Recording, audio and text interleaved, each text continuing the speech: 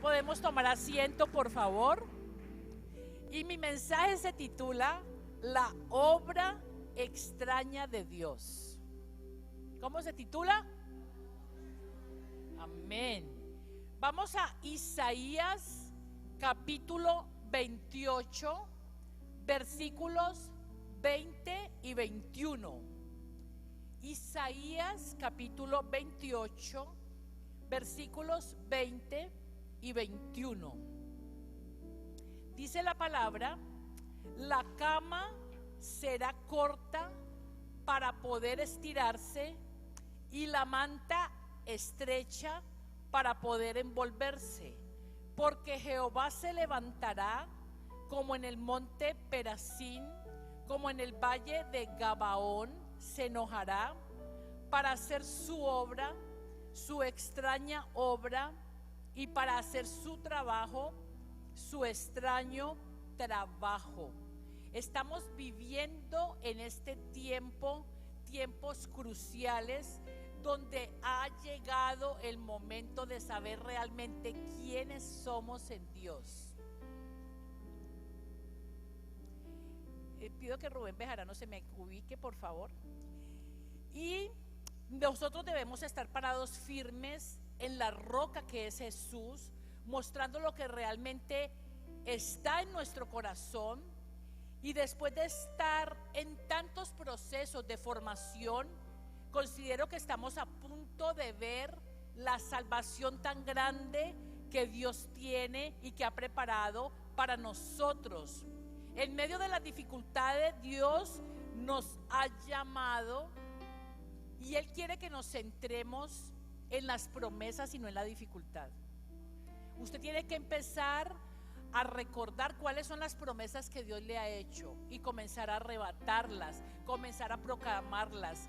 Quiero contarles que en este tiempo, Marshall me contaba que es el mes de noviembre, es el mes del cumplimiento de promesas, es el mes de ver que todo lo que hemos anhelado con tanto dolor va a venir a cumplimiento. ¿Y saben por qué lo creo? Porque Dios me ha hecho unos milagros este tiempo, que yo estoy sorprendida, y aún en oraciones pequeñas que he hecho con mi esposo, otras que hemos estado creyendo por mucho tiempo, y Dios está respondiendo. Y yo decía, lo que me dijo Marshall es verdad, es el tiempo donde estamos ya a la puerta de ver, de conquistar, y esta iglesia está a la puerta de conquistar algo grande. Yo sé que algo grande viene para esta iglesia y que el cambio que vamos a tener a un locativo va a traer una bendición muy grande, porque debemos comenzar a creer que vamos a pasar al otro lado, que Dios nos va a ensanchar y que lo que está por venir es muy grande, y usted va a ser partícipe de esto.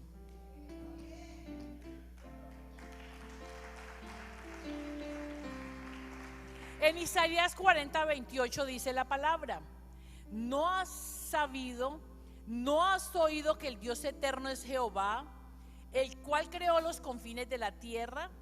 No desfallece, ni se fatiga con cansancio, y su entendimiento no hay quien lo alcance. Él da esfuerzo al cansado, y Él multiplica las fuerzas al que no tiene ningunas. Los muchachos se fatigan y se cansan, los jóvenes flaquean y caen, pero los que esperan a Jehová tendrán nuevas fuerzas. Nosotros vamos a ser renovados con nuevas fuerzas, vamos a levantar alas como las águilas, vamos a correr, pero no en nuestros pies, sino que vamos a correr en el Espíritu. Vamos a ir más rápido que los carros de Faraón, y no nos vamos a fatigar, porque Dios está en medio de nosotros. Quizás estés viviendo una situación difícil en este tiempo, y no le debes echar la culpa al diablo por tu situación, porque Dios tiene todo bajo control. Quizás estás diciendo: no te entiendo, Dios. Pero Dios no tenemos por qué entenderlo. Él es demasiado grande para nosotros poder ahondar en Él y poder entenderlo. Simplemente debemos saber que Él tiene un plan perfecto, y lo que Él inicia lo termina. Estás en el proceso vas a llegar a la cima o a la terminación de muchas promesas que va a cumplir, pero hay otras, porque como Él se renueva cada día y Él renueva nuestro ser, siempre vamos a estar hasta que venga Cristo con una expectativa de fe, de cosas grandes. Conquistas cosas, pero luego terminas esa conquista y vienen otras más grandes por emprender, porque no nos vamos a estancar, porque somos hijos de Dios, porque no vamos a retroceder, porque vamos es a lo grande. Él con tremendas cosas nos va a sorprender y no es puro cuento, lo dice la palabra. Es como que el Señor está diciendo con este versículo inicial que yo les hablé, de que Él va a achicar la cama. No hay nada más bueno que dormir en una cama amplia, en una cama con una buena cobija, un buen cobertor, sobre todo en los días de frío. Y dice la palabra en este versículo que Él va a achicar la cama, es decir, que Él te va a producir incomodidad.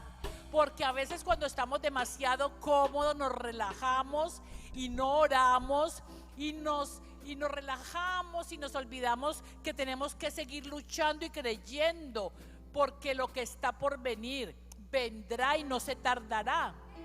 Pero Dios te dice: te voy a quitar un poco ese confort, te voy a traer a incomodidad para que aprendas a luchar, a creer, a batallar y a arrebatar las promesas que yo te he dado, porque el reino de los cielos sufre violencia. Todas las promesas y bendiciones están en el cielo. Todas las despensas de los cielos están dispuestas para ti, pero lo que tienes que hacer es arrebatar, es creer por tu sanidad, es creer que Él va a suplir a todas tus necesidades conforme a sus riquezas en gloria, es creer que la paz de Dios que sobrepasa todo entendimiento está en tu vida por encima de esa circunstancia adversa que estás viviendo y que acabas de pasar. Porque te va a quitar lo confortable, porque Él va a hacer su obra extraña. A nosotros nos gusta mucho el confort, a nosotros nos gusta la comodidad, a nosotros nos gusta el estar ensanchados, el estar amplios, pero a veces vienen las circunstancias y se meten para incomodar, para perturbar, para incomodarnos de tal forma que tenemos que ir a Él, que es el único que nos puede ofrecer salvación, vida eterna. Dice el versículo: la cama le será corta, y no solo eso, la manta le será estrecha para poder envolverte. O sea que estás en un tiempo de incomodidad, pero es un tiempo con propósito, donde Dios va a hacer cosa grande y maravillosa contigo, porque a Él le gusta hacer cosa extraña, a Él le gusta sorprenderte. Ayer ya pasó, este día ya va a terminar y mañana será un nuevo día donde tendrás un nuevo comienzo, donde tu fe se va a avivar, donde vas a proclamar la palabra, donde vas a creer que Dios lo va a volver a hacer. Confío en Él, confía en Él, porque Él volverá a hacerlo. Ahora podemos ver estas obras extrañas en las Escrituras. Como punto número 1 te traigo que Dios te prepara mesa en presencia de tus angustiadores. Eso es algo extraño que Dios hace y le pasó al rey David. Para nadie es un secreto que tener enemigos hace parte de nuestra vida. No somos el plato exquisito de cada persona, no somos ¿cómo se dice? El plato de... No, como que somos como que le agradamos a todo mundo, exacto. Entonces, ¿qué sucede?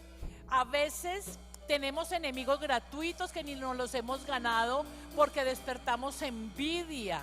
Si usted tiene a Dios y es hijo de Dios y es una hija de Dios, usted va a ser una persona de elevada estatura. La Biblia lo dice, te es brillante. Somos un pueblo fuerte, un pueblo valiente, redimido por la sangre de Jesucristo. Y eso lo pelea el diablo y eso despierta la envidia del hombre. Pero recuerden que no es el hombre, son demonios a través de esas personas.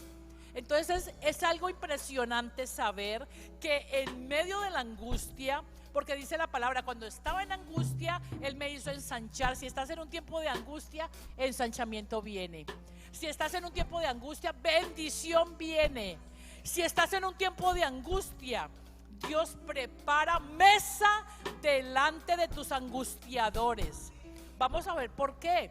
Dice que el rey David representa esta situación con la inspiración del Espíritu Santo, donde presenta una escena en la que come un banquete en presencia de enemigos sin que puedan hacerle daño.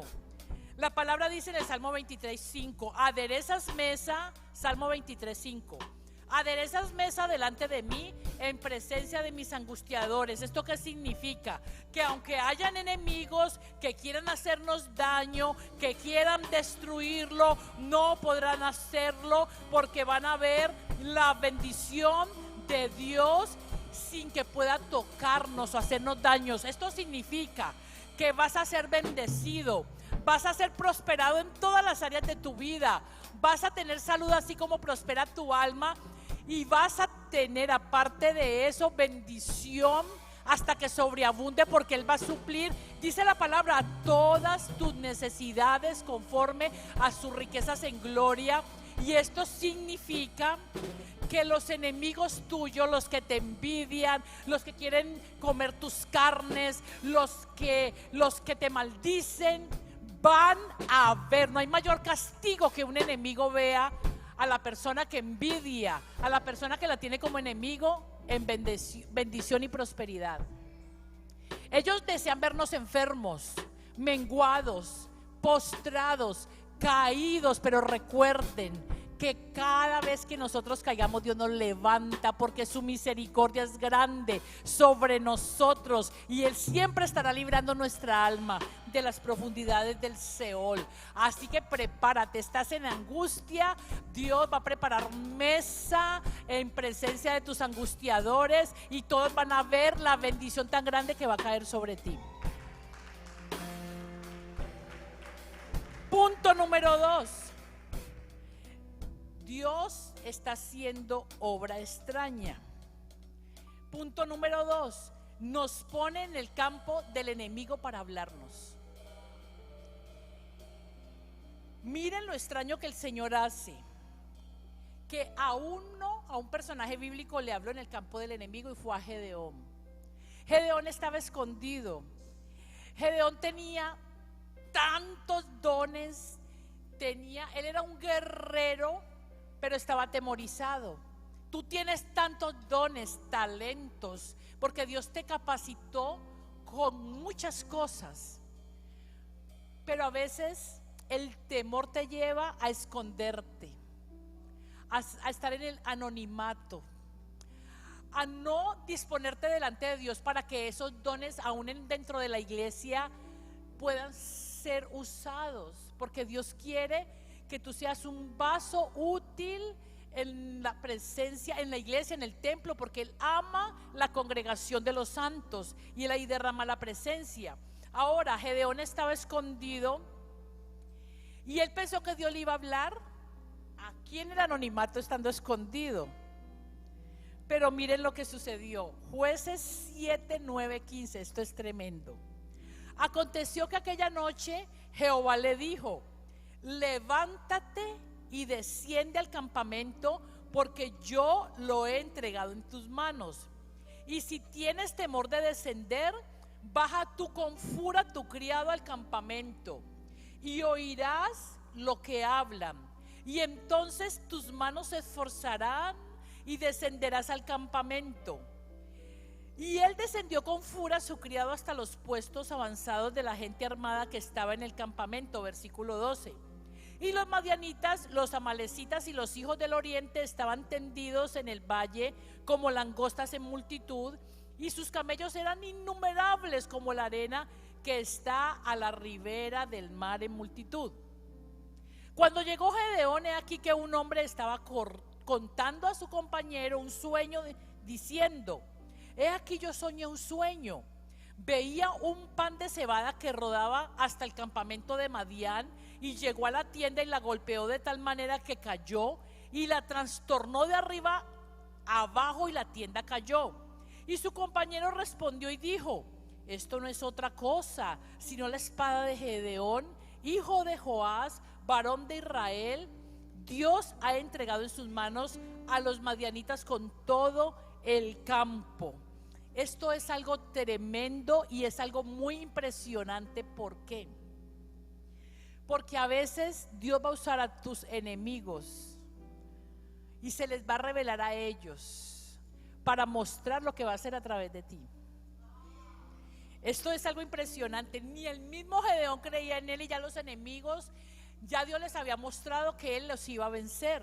Dice en el versículo 15 que cuando Gedeón oyó el relato del sueño y su interpretación, adoró, y vuelto al campamento de Israel dijo: levantaos, es decir, les dijo: arriba todos, porque Jehová ha entregado el campamento de Madián en vuestras manos. Arriba todos ustedes, porque Dios va a hacer cosa muy grande en medio de sus vidas. Lo que usted ha esperado por tanto tiempo y por tantos años, lo va a recibir y lo va a obtener, porque Dios hará cosa grande, buena y maravillosa en medio de nuestras vidas. Dios es bueno, su misericordia es para siempre, su fidelidad por todas las generaciones. Él lo va a hacer y lo volverá a hacer. Estás en dificultad, tienes temores en este momento, pero recuerda, Él pelea por ti la buena batalla de la fe. Lo que Él dijo que iba a hacer a través de tu vida, lo va a hacer. ¿Qué es lo más lindo? Que Gedeón a partir de ahí tomó fuerza, ya entró en una identidad de guerrero, era un adorador, adoró y luego ya fue y venció. Eso es lo que usted tiene que hacer. Punto número 3: Dios hará cosa extraña. No hay nada más extraño que lo que hizo Jesús con sus discípulos en medio de ese lago de dificultad. Y la cosa extraña es: Él duerme en las tormentas. Él hace obras tan extrañas que nuestro Señor duerme en las tormentas. Los discípulos estaban tratando de mantener la barca porque ellos creían conocer los vientos. Había un problema. Los discípulos se apoyaban siempre en su fuerza, en su conocimiento, en su sabiduría, y creyeron que porque sabían manipular el barco, moverse en el medio de la tormenta, porque los marineros saben hacerlo, ellos pensaron que a través de eso lo iban a lograr y que iban a poder estar seguros en esa barca, pero confiaron en su fuerza y se les fue la fe. Pero comenzaron a operar en lo que ellos sabían y se les olvidó que debían poner a funcionar la fe. Porque si tú tienes mucho conocimiento, sabiduría humana y te apoyas en tu brazo sin fe, no lograrás nada. Ahora, era extraño lo que el Señor estaba haciendo. Se quedó dormido en la barca y ellos se asustaron. Esto está en Mateos 4, 35 y 41. Entonces, aquí habla de que entrándole en la barca, los discípulos le siguieron, y se levantó en el mar una tempestad tan grande que las olas cubrían la barca, pero él dormía. Y vinieron sus discípulos y le despertaron diciendo: Señor, sálvanos, que perecemos. Y él les dijo: ¿por qué teméis, hombres de poca fe? Entonces, levantándose, reprendió a los vientos y al mar, y se hizo grande bonanza. Y los hombres se maravillaron diciendo: ¿qué hombre es este que aún los vientos y el mar le obedecen? Si los discípulos, que ya eran parte de la vida de Jesús, andaban con él de día, de noche, no operaron en la fe de Jesús, esto lo defraudó. Jesús dijo: hombres de poca fe, es decir, no tenían fe ni siquiera del tamaño de un grano de mostaza. Poca fe es más pequeña que un grano de mostaza, porque la fe como un grano de mostaza te lleva a que oras y el monte se quita y trasladan los montes al corazón del mar. O sea que la poca fe que ellos tenían era tan débil que no alcanzaba el tamaño de un grano de mostaza. Y si ellos hubieran seguido a Jesús, pero hubieran hecho, los discípulos debían de haber hecho demandas en la fe por lo que él cargaba en el espíritu, hubieran acortado el camino y hubieran hecho cosas mayores, pero no las hacían en el momento porque ellos se relajaron y confiaron en él. Yo te hago una pregunta, en medio de la dificultad que estás viviendo, ¿cuál es tu actitud? ¿Estás apoyándote en tu brazo de carne? ¿Estás operando en todas las estrategias? Cuando tienes una herramienta tan efectiva y en la oración, es la fe, es la sangre de Cristo, es el nombre de Cristo, es la palabra viva y eficaz. Y que si tú pones todo esto a funcionar en el espíritu, vas a lograr tantas cosas y te vas a evitar tantos males y el camino se va a cortar. Así que yo te invito a que te fortalezcas en la fe. Punto número 4, y nos vamos a ir más temprano. Punto número 4, invita, es la cosa extraña que Dios está haciendo en este tiempo. Invita a comer a muchos cuando hay poca comida.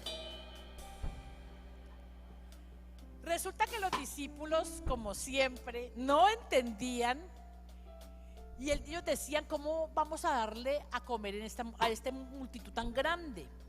Jesús decía: yo tengo compasión de ellos, y los invitó a todos. Los discípulos entraron en angustia. En Juan capítulo 6 está el relato cuando el Señor está con sus discípulos y está la gran multitud allí.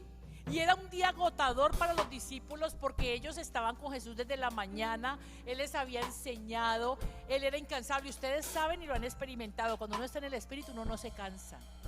Y usted se levanta a las 3 de la mañana a orar y llegan las 11 de la noche y es una viga. Y ya uno se acuesta porque ya le tocó, porque ya se oscureció y ya todo el mundo se acostó.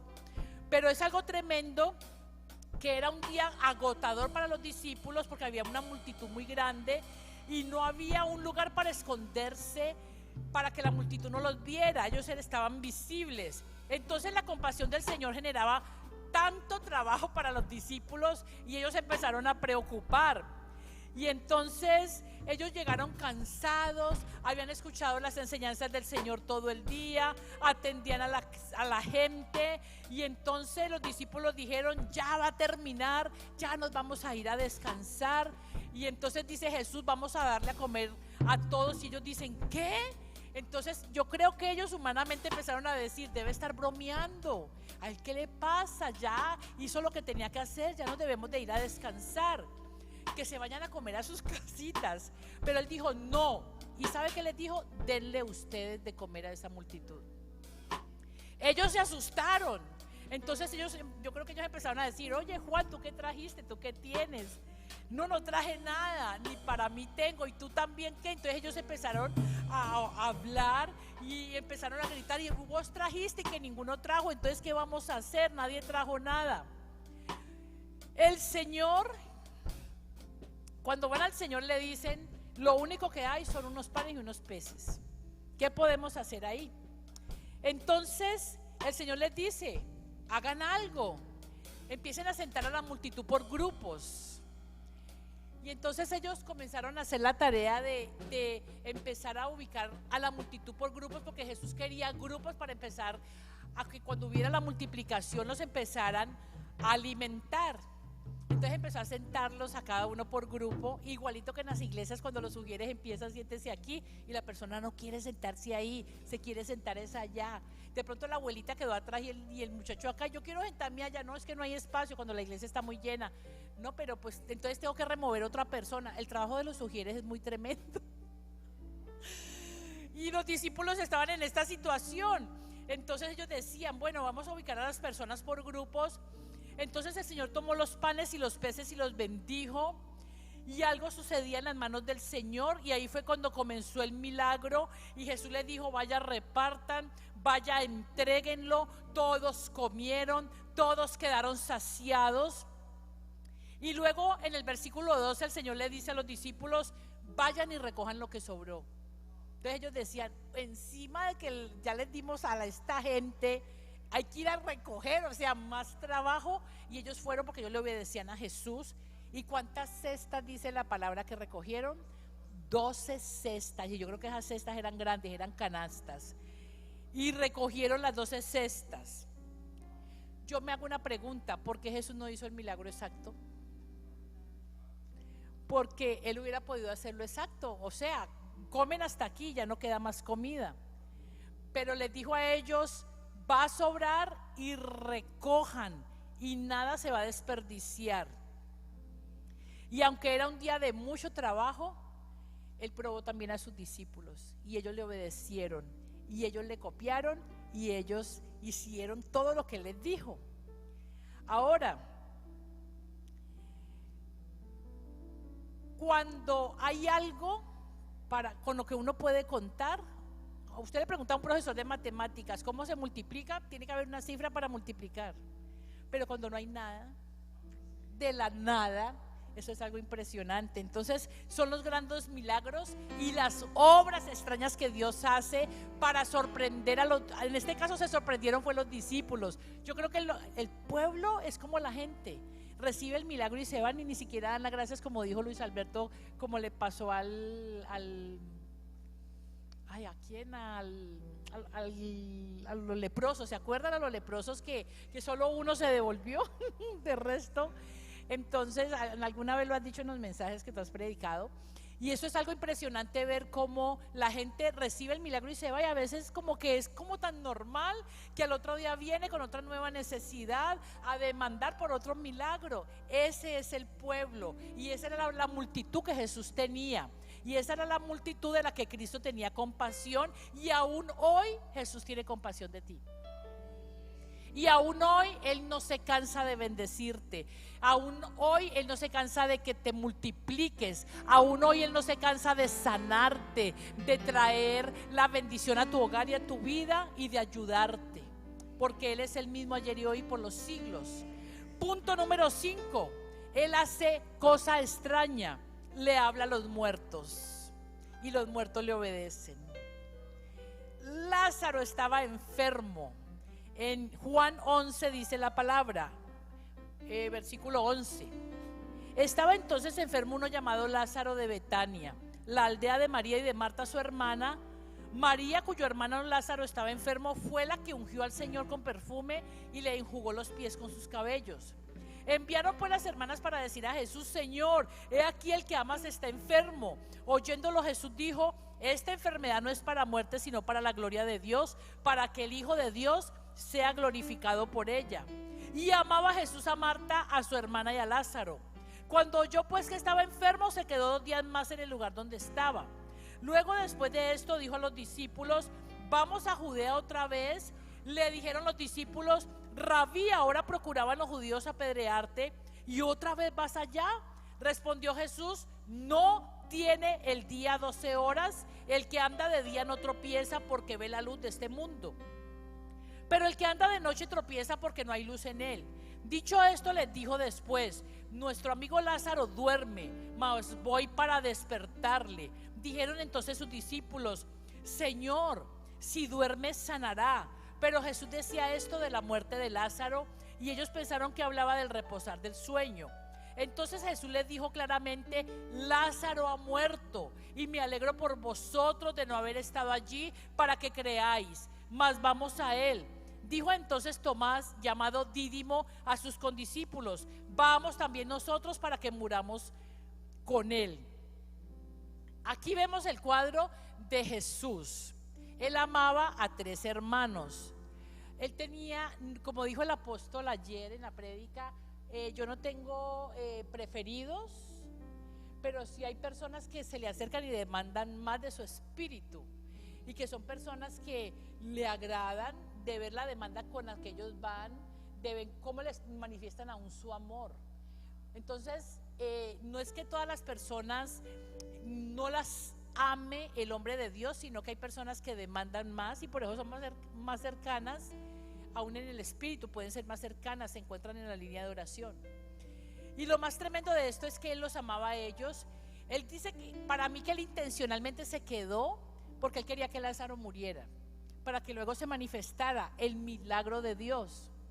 Para Él hubiera sido más fácil llegar y ponerle manos y sanarlo, o desde aquí decir: envió la palabra de sanidad como el hijo del centurión y que se sane, porque las hermanas ya le habían dicho. Pero Él quería que las personas que le rodeaban, y aún las mismas hermanas de Lázaro, vieran lo que iba a suceder, porque Jesús es la resurrección y la vida.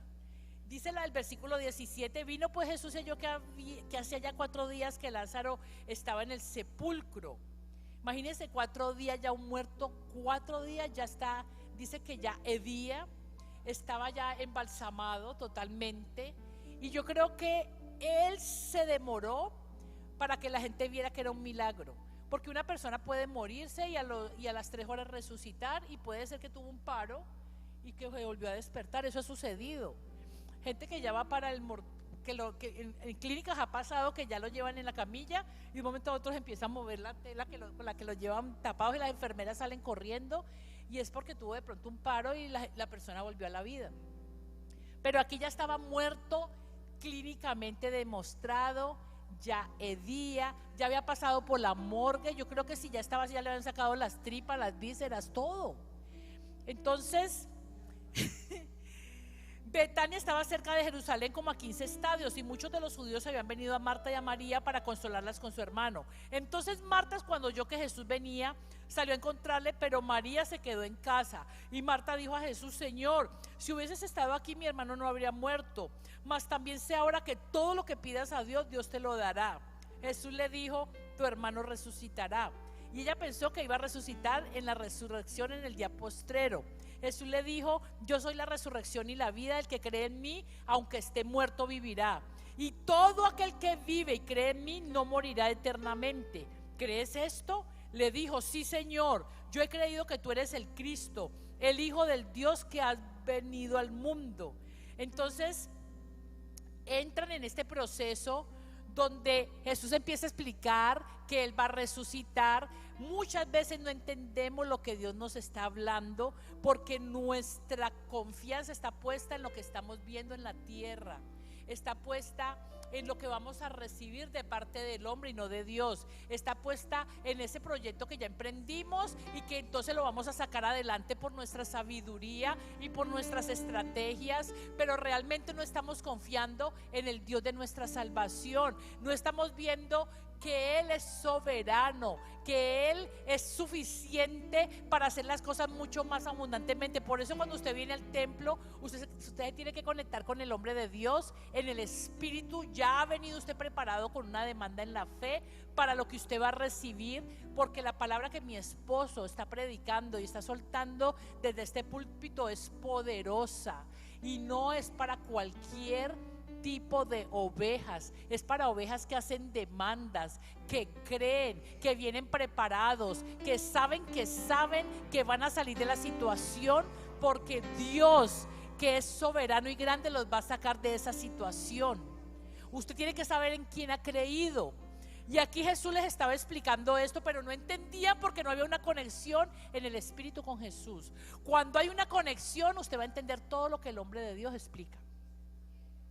Mucha gente sale turbada del culto: yo no entendí nada de lo que dijo ese pastor. Otros dirán: ese pastor sí que habla. Y a veces uno está ahí sentado y cuando dice que ya voy a terminar, y ya ha pasado como 1 hora, y uno dice: ¿a qué horas pasó? Porque uno está con esa expectativa y uno quiere más y más, porque ese es el hambre que se tiene que despertar en este tiempo. Hambre por la palabra, hambre para que se active esa fe y podamos ir más adelante, para que hagamos resucitar ese milagro, porque yo sé que lo que ya estaba muerto, lo que ya habíamos sepultado, va a resucitar. Y no es carreta, es verdad. Es el tiempo de donde lo oprobio termina, es el tiempo de restitución.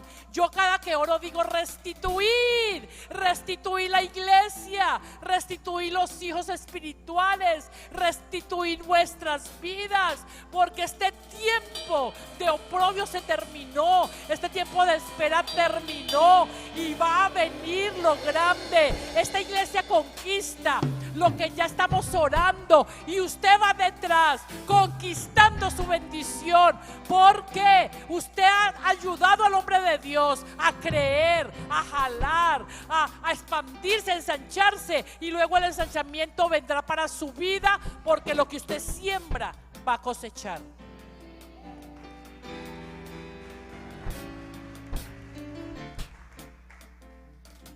Habiendo dicho esto, 28, versículo 28, fue y llamó a María su hermana, diciéndole en secreto: el maestro está aquí, te llama. Ella cuando lo oyó se levantó deprisa y vino a él.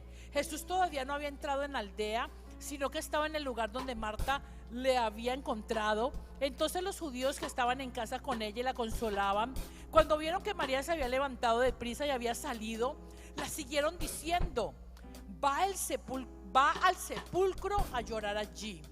María, cuando llegó a donde estaba Jesús, al verle, se postró a sus pies diciéndole: Señor, si hubieses estado aquí, seguía reprochándole, no habría muerto mi hermano. Jesús entonces, al verla llorando y a los judíos que la acompañaban también llorando, se estremeció en espíritu y se conmovió y dijo: ¿dónde le pusiste? Y le dijeron: Señor, ven y ve. Jesús lloró. Dijeron entonces los judíos: mirad cómo le amaba. Y algunos de ellos dijeron: ¿no podía este que abrió los ojos al ciego haber hecho también que Lázaro no muriera? Imagine reproche tras reproche. Y eso es lo que hace la gente hoy. Está en la situación, le echan la culpa a Dios.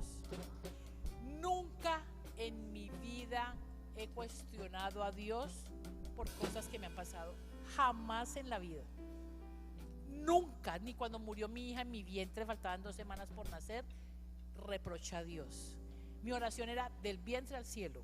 Del vientre al cielo. No conoció el sufrimiento de este mundo. Del vientre al cielo. Siempre oré así. Yo la sentí, tuve ese privilegio. Tuve comunión. Y yo decía del vientre al cielo, y eso me fortaleció. ¿Qué haces tú en medio de la situación difícil cuestionando a Dios? Echándole la culpa a Dios de lo que tú hiciste, que Él no tiene nada que ver porque tú tienes libre albedrío. No cuestionemos a Dios, creamos a sus promesas, arrepintámonos si lo hemos hecho, pidámosle perdón, volvámonos a Él, porque Él siempre va a extender su mano de amor, de misericordia y de compasión hacia tu vida, y te va a levantar, te va a sacar al lugar espacioso y te va a dar la oportunidad que te conectes con Él en el espíritu para que conquistes y para que el terreno se allane. Él hace cosas extrañas, Él hace cosas que uno a veces dice: ¿qué pasó aquí? A veces uno se pone a ver y uno dice: pero son cosas tan impresionantes. Y a mí me está pasando algo en este tiempo. Oro y ahí mismo hay respuesta. Es impresionante. Vea, cosas tan sencillas. Iba con mi esposo, necesitábamos un parqueadero en un lugar, había dado vueltas y yo dije: en el nombre de Jesús, ángeles de Dios, ábranos el camino y que haya un parqueadero. Termino de orar, sale un carro del parqueo y nos metimos ahí. Es así, cosas sencillitas como cosas grandes también. Entonces, lo que funciona para lo pequeño va a funcionar para lo grande, porque la fe es la misma fe operando en todas las áreas y situaciones de tu vida. Y para terminar, porque ya el tiempo avanza, ustedes saben que él va, se para frente a la tumba, le dice: Lázaro, sal fuera. E inmediatamente Lázaro se paró, caminó, y cuando salió empezó a zafarse todas esas vendas que tenía, porque él estaba vendado. Me imagino que fue un tiempo hermosísimo, porque él dijo: desatadle y dejarle ir. Y yo creo que Jesús se sintió muy gozoso de ver que él había salido, desde que Dios lo había escuchado, que Dios lo había respaldado, porque eso es lo que hace Dios. Para el que cree todo es posible, no te va a dejar quedar avergonzado. Si crees en Él, seguirá haciendo obra extraña. La fe va a funcionar en todas las circunstancias de tu vida, para resucitar muertos, para resucitar los sueños que estaban dormidos, para creer por grandes cosas. Ay, por favor, crea por grandes cosas. Ensánchese, crea que Dios lo va a hacer. No se conforme, cuando la palabra de Dios dice: no se conforme a este siglo ni a los demonios de este siglo que van a estar perturbando y molestando, pues también hay bendiciones para este siglo, grandes y maravillosas, que Dios tiene para usted. ¿Por qué no pensar casa propia? ¿Por qué no pensar, en vez de una moto, un carro, para que cuando llueva no me moje y pueda llegar más sequito a la iglesia? ¿Por qué no pensar, ensanchamiento viene para todas las áreas de mi vida? ¿Por qué no lo puedes pensar? Puedes pensarlo, puedes creerlo, y Dios lo va a hacer, porque cosa extraña Dios sigue haciendo con su pueblo y con sus hijos. Y punto número 6, otra obra extraña que él hizo: le dio a uno una quijada fresca para pelear y matar a miles.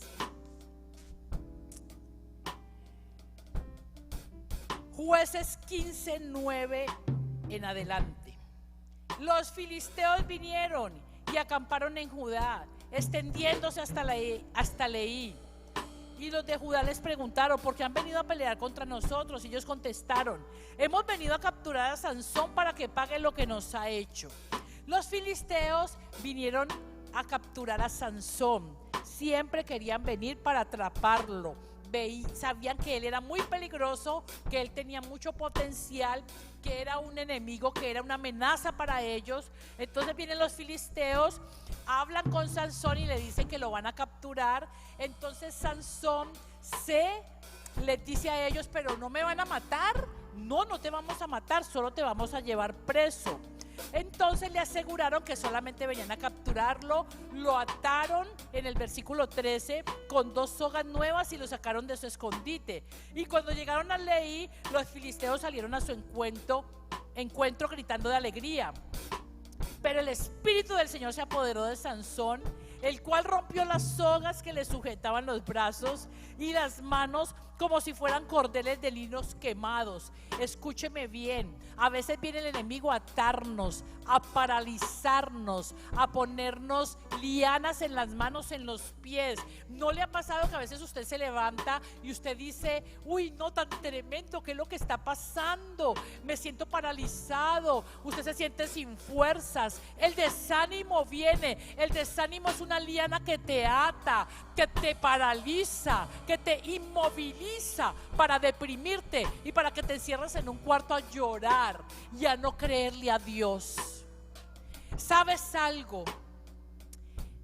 Si tú crees que el Espíritu de Dios es tu ayudador, en momentos como ese, Él vendrá para sacar la opresión, para sacar la depresión, para derribar a tus enemigos, porque Él levanta bandera de victoria, para que tú te sientas libre, para que te levantes firme en la fe como Sansón, ungido bajo su poder, para pararte a decretar y a confesar lo que vas a ver.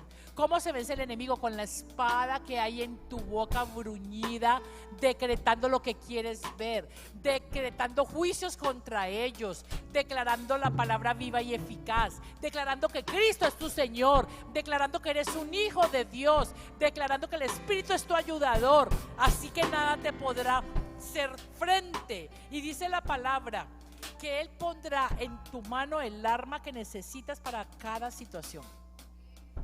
Sansón recibió tanta unción y poder que las ligaduras se le soltaron. Y lo más tremendo de esto, dice que rompió las sogas que le sujetaban los brazos y las manos como si fueran cordeles de linos quemados. Luego tomó una quijada de asno que había por allí y que aún no estaba reseca, y con ella mató a 1000 filisteos.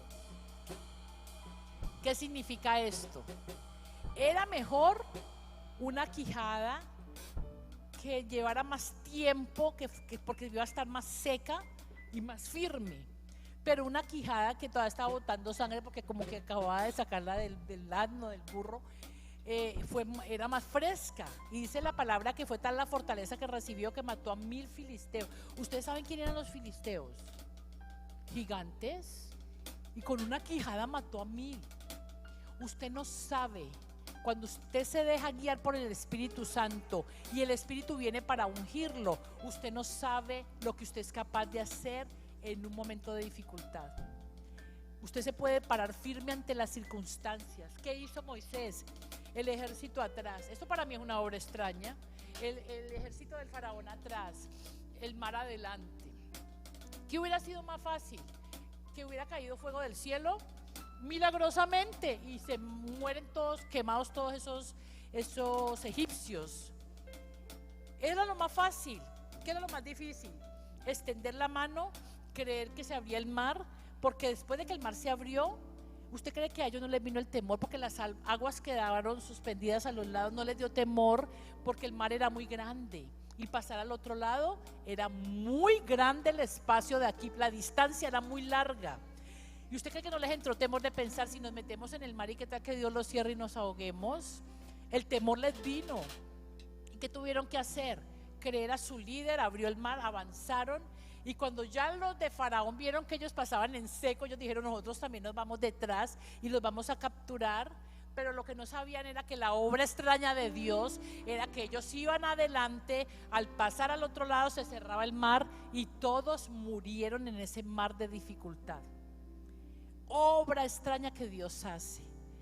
Yo no vine hoy a gritar ni a estar eufórica, pero lo que yo les estoy compartiendo es algo tremendo. Obra extraña ha hecho Dios y lo sigue haciendo en este tiempo. ¿Cuál es el arma que tienes en la mano? ¿Qué tienes en la mano para que puedas ponerlo a funcionar, para que se abra ese camino? Cada uno de ustedes tiene promesas que Dios ha hecho. Yo tengo expectativas. En este momento estoy en el valle de la decisión por cosas específicas donde digo: Señor, para esta situación no veo nada, pero dime qué hago, qué tengo que hacer. Usted va a Dios y como lo que le va a dar es tan grande, Él se va a tomar el tiempo para hacerte entender, para enseñarte, para explicarte y para que luego seas efectivo en lo que Él te va a dar y para que seas ensanchado en gran manera. Porque obra extraña y cosa extraña Dios está haciendo con su pueblo. Porque Él escoge vasos de barro para ponerlo precioso.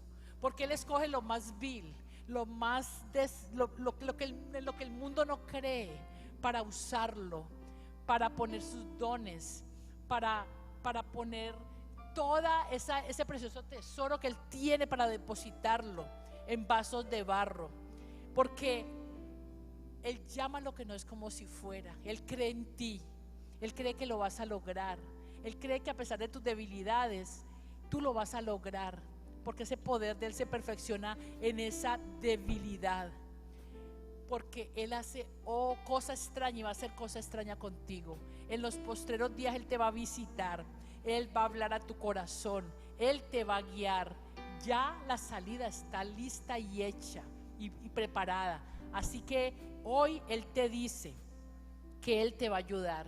Pero yo no puedo terminar este mensaje sin volver al versículo inicial, cuando Dios habla acerca del valle de Perasín. Yo no los puedo dejar a ustedes como incompletos con esta palabra, para que ustedes sepan lo que pasó, y es algo maravilloso.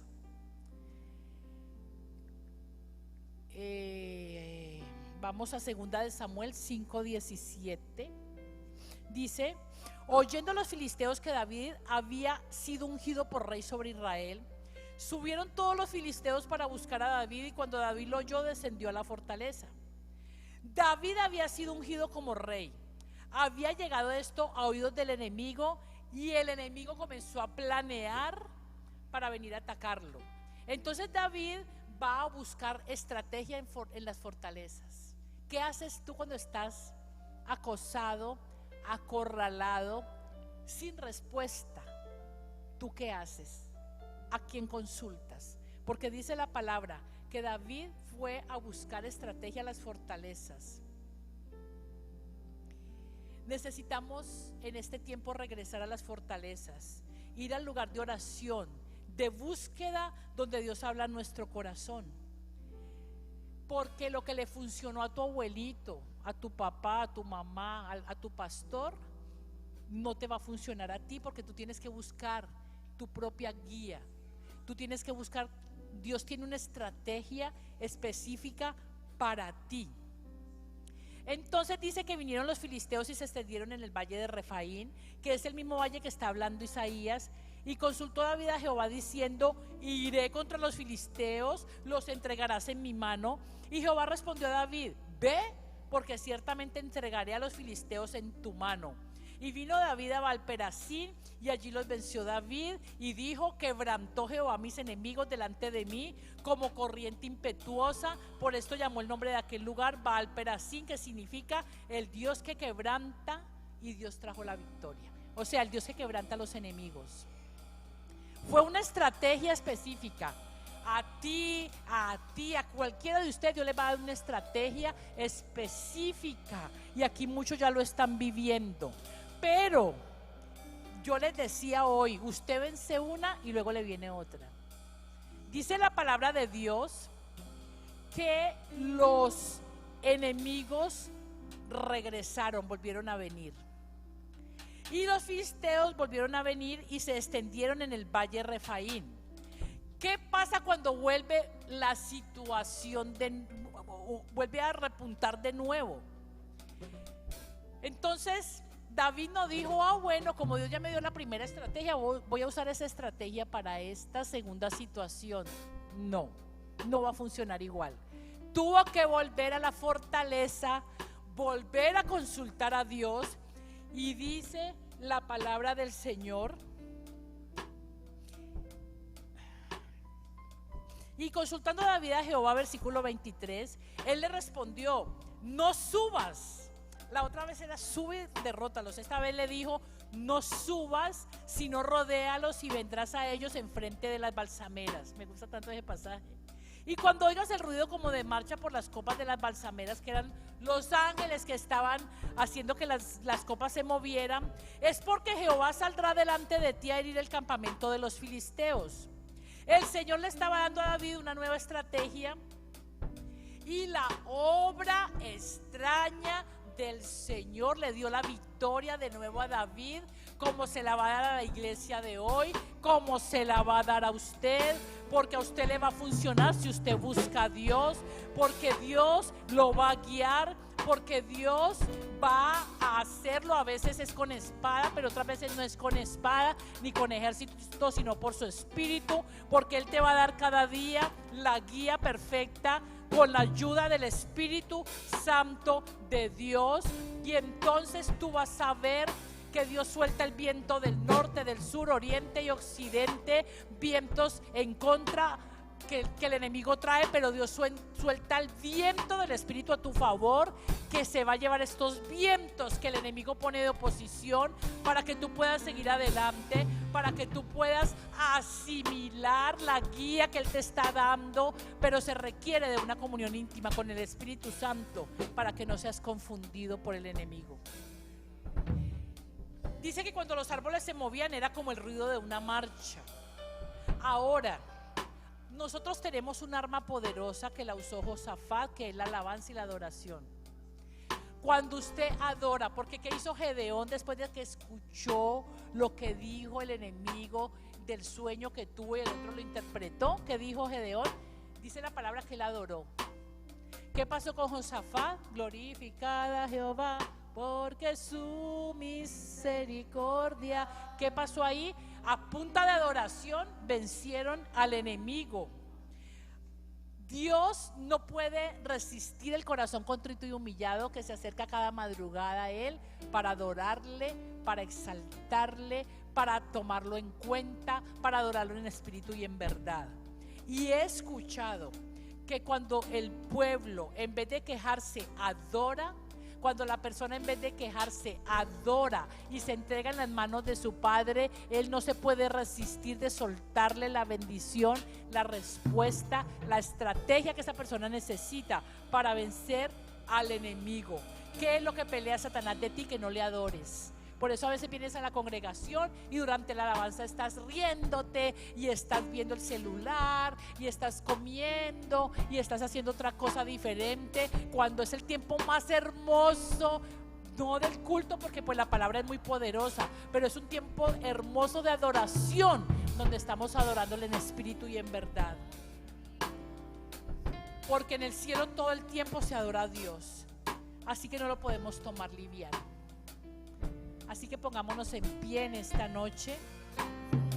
Como dice el dicho, he dicho. Y yo quiero contarles que esta mujer que está en el capítulo 26 de Mateo, versículo 9, de la mujer que llevó el perfume de alabastro a los pies de Jesús, de pronto los discípulos que estaban siempre con Jesús, siempre hay comentarios de que de pronto ellos, al ver que ella llevó ese perfume tan caro y lo derramó en los pies de Jesús, se asustaron porque dijeron: botó una fortuna ahí, porque los discípulos entraban en familiaridad con Jesús, pero lo que ella estaba haciendo no era un acto de adoración, y Jesús no la contuvo. Quizá los discípulos se preguntaron, bueno, entonces, ¿por qué con lo de las cestas fue diferente? O la comida, pues, cuando le dio la comida a los discípulos, a las multitudes, fue tan diferente la actitud de Jesús que en el caso del alabastro. Porque esa comida era para el pueblo, pero el perfume de alabastro era un acto de adoración para él. Y como fue un acto de adoración para Jesús, cuando tú vienes en adoración a levantar el nombre del Señor y a derramar tu corazón delante de Él, Él recibe con tanto agrado esa adoración que tú te puedes derramar en adoración sin medida. Y entre más sin medida tengas, más desmedida tengas, eso va a agradar más su corazón. Por eso adórale más, quéjate menos. Adora más, preocúpate menos. David decía, alma mía, adora a Jehová. Alma mía, adora a Jehová. Alma mía, alaba a Jehová. Y lo repetía en todos los salmos, porque la adoración es algo tan maravilloso y tan especial que cuando aprendes esa dinámica, entonces vas a obtener todo lo que Dios ha prometido para ti. Así que cuando descubres que la adoración es una herramienta que Dios está soltando, porque esto intimida al enemigo, pero esto agrada a Dios, entonces Dios te va a dar la completa libertad de que te acerques confiadamente a ese trono de gracia para hallar oportuno socorro. Es ahí donde en la adoración sin medida, la adoración simultánea, la adoración espontánea que tú elevas a Dios, te va a dar la entrada al lugar santísimo, a la presencia, al trono de misericordia, al trono de gracia, y vas a hallar oportuno socorro, bendición, salvación y vida eterna, porque esta es la obra tan grande que Dios va a hacer a través de nosotros. Obra extraña hace Dios, obra extraña va a hacer Dios con esta iglesia. Vas a ver lo que va a pasar en los postreros días.